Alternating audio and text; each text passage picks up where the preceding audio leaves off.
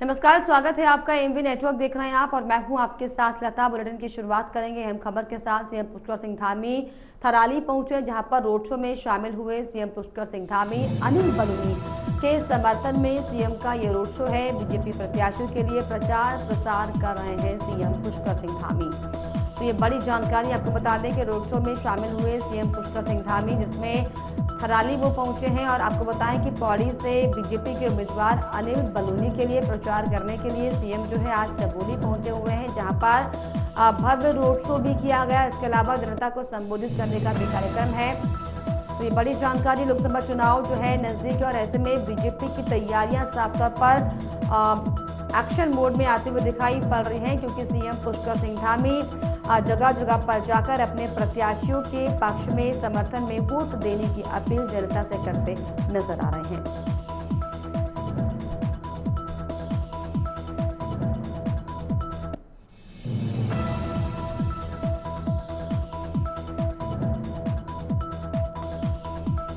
तो थराली पहुंचे सीएम पुष्कर सिंह धामी, जहां पर रोड शो में शामिल हुए सीएम धामी। आपको बताएं कि पौड़ी सीट से बीजेपी के उम्मीदवार अनिल बलूनी के पक्ष में समर्थन में ये रोड शो हुआ है।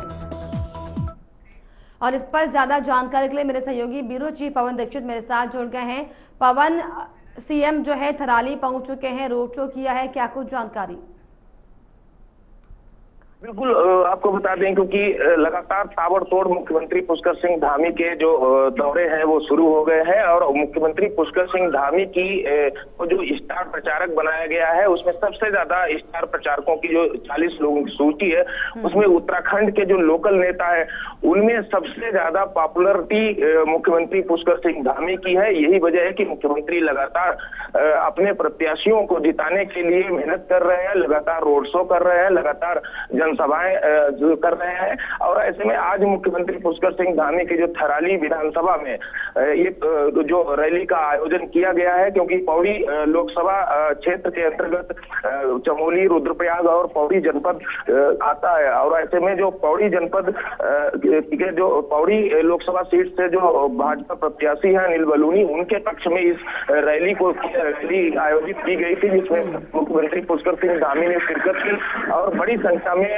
जो स्थानीय लोग थे वो इस रैली में पहुंचे और मुख्यमंत्री पुष्कर सिंह धामी ने रोड शो कर और अपनी उपलब्धियां गिनाई और बलूनी के पक्ष में मतदान करने की जनता से अपील की। बिल्कुल, बलूनी के पक्ष में जो है मतदान करने की अपील सीएम धामी की तरफ से की गई है। ऐसे में क्या कुछ खास जो है रैली में देखा गया, क्योंकि लगातार जो है एक तरफ जहां बीजेपी इस लोकसभा पांचों की पांचों सीटों को जीतने का दम भर रही है, तो वही कांग्रेस पार्टी भी पूरी कोशिश करेगी किसी भी तरीके से इस बार जो है क्लीन स्वीप ना होने पाए, कम से कम कुछ सीटें तो कांग्रेस के खाते में आए। बिल्कुल, पौड़ी लोकसभा से ऐसे तमाम मुद्दों को लेकर के कांग्रेस पार्टी की प्रत्याशी गणेश गोदियाल जनता के बीच में जा रहे हैं, क्योंकि गणेश गोदियाल ने जब अपना नामांकन किया, उसमें गणेश गोदियाल के नामांकन के दौरान भी वहां पर बड़ी संख्या में जो स्थानीय लोग थे वो उनके जो जनसभा में वहां पर मौजूद रहे, उनके नामांकन के समय मौजूद रहे। तो ऐसे में जो पौड़ी लोकसभा है वो काफी हॉट सीट बन चुकी है और ऐसे में मुख्यमंत्री पुष्कर सिंह धामी की एक और मेहनत और दूसरी तरफ जो गणेश गोदियाल, क्योंकि अपने आप को स्थानीय बता रहे हैं और इसके पहले भी वो कई बार यहाँ से विधानसभा का चुनाव भी लड़ चुके हैं, जीत चुके हैं श्रीनगर से और थलीसैंण से 2 बार वो विधायक भी रह चुके हैं, राज्य मंत्री का दर्जा भी रहा है, मंदिर समिति के भी वो अध्यक्ष रह चुके हैं।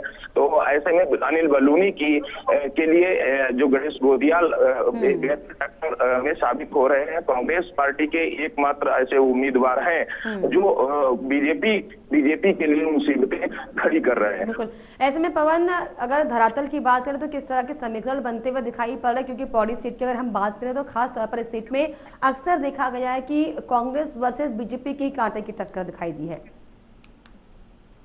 बिल्कुल, क्योंकि पौड़ी एक ऐसी सीट है जहां पर सबसे ज्यादा समीकरण की अगर बात की जाए तो पौड़ी लोकसभा में सबसे ज्यादा जाति समीकरणों की अगर बात की जाए तो वहां पर ठाकुर मतदाता सबसे ज्यादा है और यहाँ पर दोनों ही पार्टियों के जो प्रत्याशी हैं वो दोनों ब्राह्मण चेहरे हैं।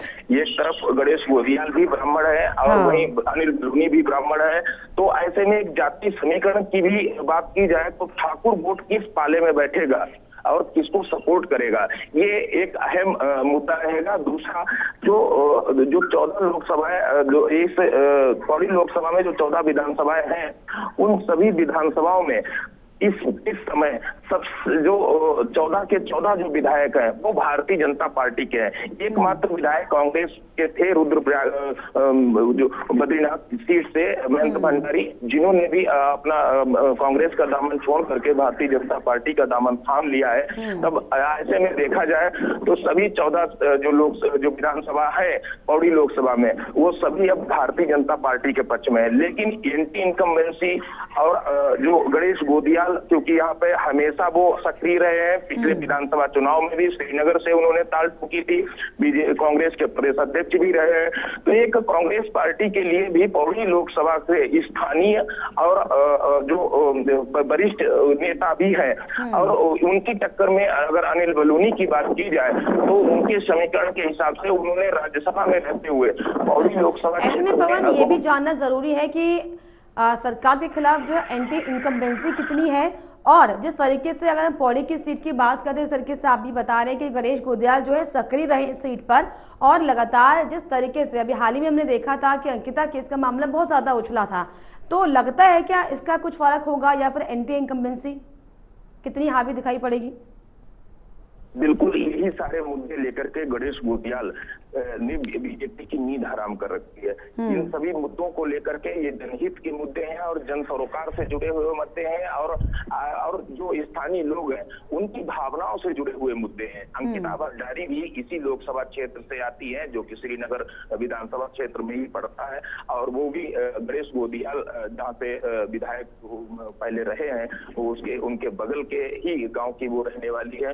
तो ऐसे में जो गणेश गोदियाल के द्वारा, और वहीं आशुतोष नेगी क्योंकि जो पूर्व में जिन्होंने अंकिता भंडारी के पूरे मामले को सोशल मीडिया पर उजागर किया था, उसके बाद में सक्रियता बढ़ी थी, सभी मीडिया वालों ने भी उस पूरी घटना को प्रसारित किया और उस पर संज्ञान भी लिया गया। सरकार की मुश्किलें भी बढ़ी और सरकार के खिलाफ प्रदर्शन भी हुआ। हालांकि सरकार के मुखिया मुख्यमंत्री पुष्कर सिंह धामी ने इस पूरे मामले पर पूरी जो SIT का भी गठन किया था, और फास्ट ट्रैक अदालत में इस पूरे मामले को भी चलाने का उन्होंने कोर्ट से आग्रह किया था। तो फास्ट ट्रैक में अभी भी उसकी सुनवाई चल रही है, ट्रायल चल रहा है, और ऐसे में जो VIP का नाम जो उजागर करने की बात आ रही थी बार बार, उसको लेकर के विपक्ष के तौर पर हमेशा से नाम उजागर करने की बात कही जा रही थी। बिल्कुल। और अगर यूकेडी की खासतौर पर बात की जाए सीट पर, तो पवन यूकेडी कितनी मजबूत दिखाई पड़ रही है, क्योंकि अभी हाल ही में जो है नया चेहरा आशुतोष नेगी को टिकट यहाँ से दिया गया है। तो लड़ाई जो है क्या कांटे की त्रिकोणी टक्कर मारी, या फिर बीजेपी कांग्रेस की टक्कर ही यहाँ पर हमेशा जो अब तक रही है वही दिखाई पड़ रही है? हालांकि इसमें त्रिकोणीय यहाँ पर मुकाबला तो नहीं होगा, लेकिन दोनों ही पार्टियों में मुकाबला कड़ा हो सकता है। और यदि आशुतोष नेगी भी अपना समर्थन अगर अंदर खाने अगर कांग्रेस पार्टी के प्रत्याशी गणेश गोदियाल को देते हैं, तो भारतीय जनता पार्टी को मेहनत और ज्यादा करनी पड़ेगी, कड़ी मशक्कत करनी पड़ेगी, और अनिल बलूनी के लिए भी मुश्किलें खड़ी हो सकती है। चलिए, बहुत शुक्रिया आपका पवन, तमाम जानकारियों के लिए, तमाम बातचीत के लिए।